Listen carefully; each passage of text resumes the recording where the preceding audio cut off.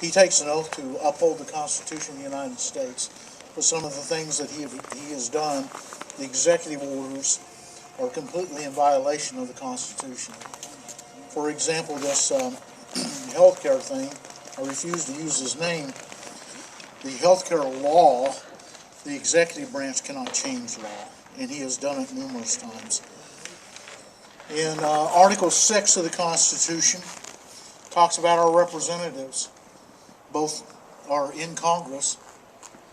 They take an oath to uphold the Constitution. Well, where are they at when the President of the United States has thus far violated the Constitution in his oath? So as a member, I'm a retired Army, and many of you out here are retired Army. But we reach out to both those currently serving and those that did serve, the retirees. But if you take an oath to uphold the Constitution of the United States, it doesn't matter whether you served in the military or not. And one thing I'd like to ask, has anybody ever actually seen or actually heard of the United States government using military forces against veterans? Has anybody ever heard of that? You know when?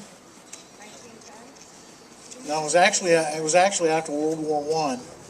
They called them, and I encourage you to look up the March of the Bonus Army. Members of the military in World War I actually protested on the Capitol, went against the government because they were never paid for the service that they gave. The military was called out. General Douglas MacArthur was one. General George Patton, Dwight D. Eisenhower were all members of the military that marched against those veterans from World War I. PBS, the public broadcasting, actually made a video of it, a documentary. I highly encourage you to look at it. So don't think for 1 minute that the military will not be used against veterans, against the Oath Keepers. One thing about Oath Keepers is, once we take the oath, it doesn't go away. If you want to sign away your rights and stuff, you can. That's your choice. That's why many people in the United States are now leaving. They don't believe in the government anymore. The government of the people, by the people, and for the people. It's their choice. They can leave. I choose to stand. Also heard on the radio, and I'm going to tell you what station it was. It was last week, was talking about military members are brainwashed. They take the oath. They take an oath to a flag. And so they're brainwashed by the government.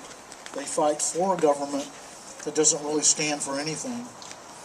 I'm here to say I took an oath for the freedom of our country, to fight for the people that live in this country.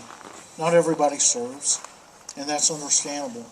Not everybody's called to do it. I joined in 1971. I got out in 1996. I choose to serve my country for my freedoms, my liberties, and my Bill of Rights. What Oath Keepers is presently doing, we're forming what's called, some people will call them civilian preservation teams. We call them community preparedness teams. And there are several things that we're trying to do as Oath Keepers. We're trying to help people because if the crap hits the fan, I'll try to be nice. There are some young kids here, some young ladies. When the crap hits the fan, who's going to come and help us? Who's going to stand up for us? Remember years ago, as I was growing up, it's our community. We helped each other. And we didn't stand there and look for handouts. We've become an entitlement society, which is totally wrong. We don't need the government giving us handouts and providing for us. We can depend on each other. And that's what we need to do in community preparedness. The things that we're looking at are food and water. How many people actually know how to filter your water and make it safe to drink? Few do. Good. There are a lot of people, though. What's going to happen here in the city of Fairbanks when that happens? People don't know how to do it. I'm dependent on the water system. You know, I'm dependent down there to fill my tank up. The city of Fairbanks does that. Fuel. How do we make fuel? How do we make a biodiesel? How do you make diesel fuel out of vegetable oil? There are things that you can add, things that you can mix. A lot of the military guys, veterans, those and those serving and those who did serve, we've got a lot of skills and abilities that we can use to help build our communities stronger. Why depend on FEMA to come in if there's an earthquake? Why do we want to do that? There's enough government intervention. And who are the first responders?